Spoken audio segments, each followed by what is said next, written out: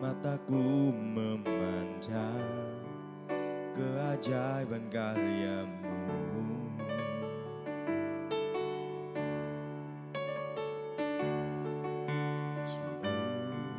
Siapakah aku ini yang engkau hargai dan cintai? Selalu saat ku pikirkan kebaikanmu, tak pernah ku kekurangan. Saat ku renungkan kesetiaanmu, esok kan ku jelas tanpa keraguan. Surya kan terus ada.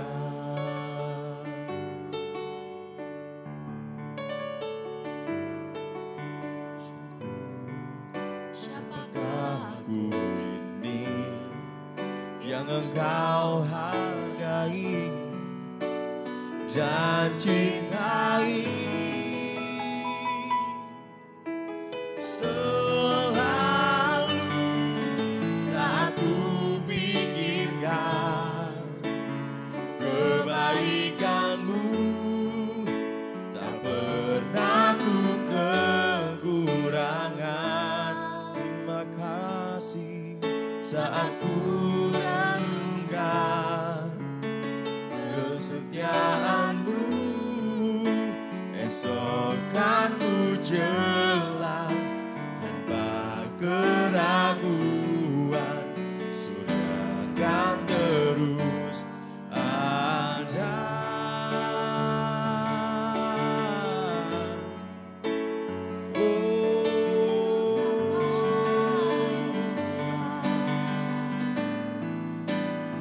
Saat ku pikirkan segalanya, oh semuanya, Engkau yang sediakan, Engkau yang cukupkan, Engkau yang menyertai Tuhan. Oh, na na na, na na na na.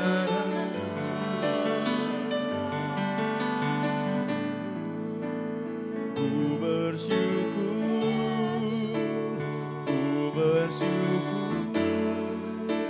atas semua kebaikan-Mu di dalam hidupku. Ku bersyukur, terima kasih, Engkau baik di hidupku. Oh, terima kasih, terima kasih. Oh,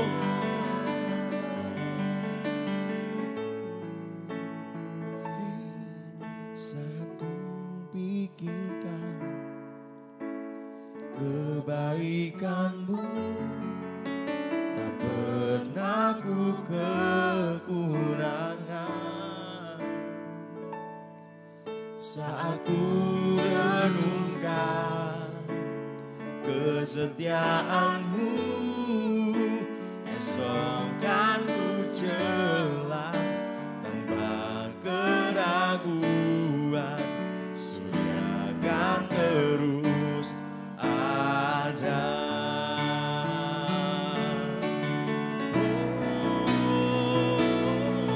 Saat ku pikirkan kebaikan-Mu, tak pernah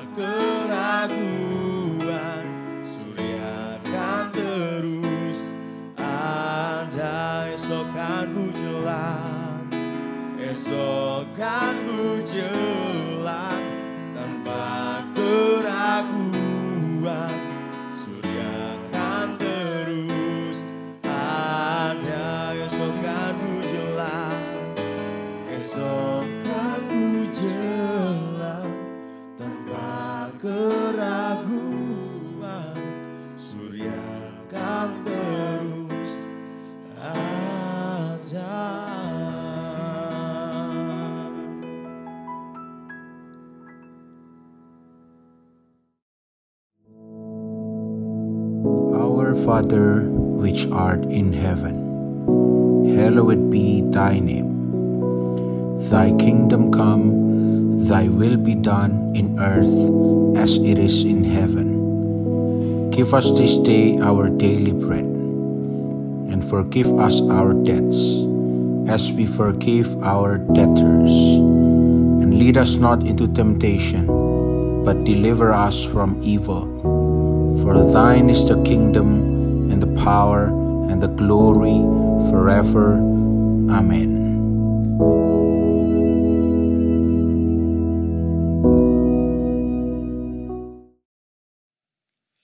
Shalom, selamat pagi, berjumpa kembali di hari yang baru. Mari di hari ini kita mempersiapkan diri untuk datang di hadirat Tuhan. Kita sudah menyembah Tuhan, dan sebelum kita beraktivitas, kita merenungkan firman Tuhan. Saya ajak secara singkat kita merenungkan satu ayat firman Tuhan. Kita akan baca bersama-sama dalam Ulangan pasal yang ke-31, ayat yang ke-8. Ayat yang saya yakin saudara sering baca, tapi kita mau renungkan pagi hari ini. Ulangan 31, ayat yang ke-8. Firman Tuhan berkata, sebab Tuhan, Dia sendiri akan berjalan di depanmu, Dia sendiri akan menyertai engkau, Dia tidak akan membiarkan engkau dan tidak akan meninggalkan engkau. Janganlah takut dan janganlah patah hati. Amin. Saudara, beberapa saat yang lalu saya menonton film biografinya Musa. Dan Musa ini dibahas secara ilmiah. Dan dikisahkan bahwa Musa ini pribadi yang unik. Karena dia ini orang Yahudi, tetapi dibesarkan di dalam pendidikan Mesir yang saat itu nomor 1 di dunia. Dikisahkan bahwa begini saudara, ketika Musa dialirkan di sungai dan dibawa oleh air itu sampai ditemukan oleh putri Firaun yang bernama Bitiah. Dia diangkat jadi anak karena Bitiah itu baru kehilangan anak. Tapi saudara, setelah ditemukan siapa ibu kandung Musa, yaitu Yokebed, ada tradisi yang tidak ditinggalkan di sana. Jadi Musa dikembalikan ke Yokebed dari umur 0 sampai 3 tahun. Sampai selesai menyusui dan sebagainya. Sehingga setiap, saudara tahu pasti kalau ibu menggendong bayinya pasti bernyanyi, bercerita, itu semua masuk di otaknya. Nah, Musa punya background Yahudi, punya background intelligence Mesir, ya. Lalu dia juga punya background pengembara di Midian, di mana dia bertemu dengan Yitro dan menikah dengan Zipora, ya. Sehingga backgroundnya ini bermacam-macam. Kemudian ketika Tuhan panggil dia, Musa bilang, Tuhan, aku ini pembunuh di semak belukar yang menyala. Dan Tuhan bilang, aku tidak lihat yang manusia lihat. Aku panggil kamu, karena aku punya rencana untukmu. Dan kita tahu singkat cerita, betapa Musa dipakai Tuhan dengan cara yang luar biasa, from nobody to somebody, bukan untuk kemuliaan namanya sendiri, tapi untuk menyatakan kebesaran Tuhan, ya, 10 tulah dan sebagainya, sampai menyeberang Laut Merah. Musa sudah melewati itu semua. Dan setelah melewati itu semua, kita semua tahu kisahnya bahwa Musa tidak bisa masuk ke tanah perjanjian, digantikan oleh Yosua. Dan Musa memanggil Yosua. Dan salah satu yang disampaikan ini adalah ayat yang ke-8 kepada Yosua. Melalui pengalamannya yang panjang lebar, pengalamannya yang banyak, Musa berkata kepada Yosua, Yosua, kasih tahu kepada seluruh orang Israel, Tuhan, Dia sendiri akan berjalan di depanmu. Dia sendiri akan menyertai engkau. Dia tidak akan membiarkan engkau dan tidak akan meninggalkan engkau. Janganlah takut dan janganlah patah hati. Maksud saya begini saudara, Musa have seen it all. Sudah melihat semuanya. Situasi terburuk, tidak ada pengharapan. Musa sudah lihat semuanya. Situasi yang luar biasa di mana Tuhan nyatakan mujizatnya. Musa sudah lihat itu. Dan dari orang yang berpengalaman seperti itu, dia berkata, dan ini juga berkata kepada kita, melalui pengalaman hidupnya, bahwa Tuhan akan berjalan di depan kita. Tuhan akan menyertai saudara dan saya. Tuhan tidak akan membiarkan kita. Tuhan tidak akan meninggalkan kita. Mari kita gak takut, mari kita gak patah hati. Saudara mungkin kalau berkata, Pak, tapi dulu tidak kayak sekarang tantangannya, Pak.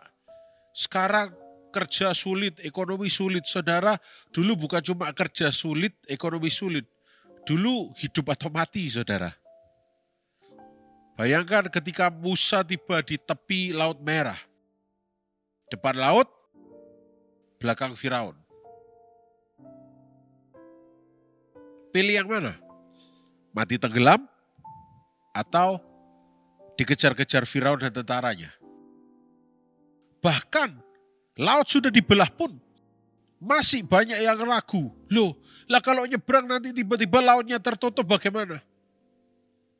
Bahkan ketika Tuhan sudah buka jalan pun, mereka masih tidak percaya bahwa Tuhan akan sustain hidup mereka. Toh buktinya kita semua baca sejarah, mereka semua lewat, tidak ada yang celaka. Ketika Firaun masuk, baru laut itu menutup kembali. Dari seseorang yang punya pengalaman seperti itu, dia berkata, menitipkan pesan dan Roh Kudus izinkan. Itu tercantum di Alkitab supaya kita baca. Tidak usah takut, kalau saudara nggak tahu arah, Tuhan akan berjalan di depan kita.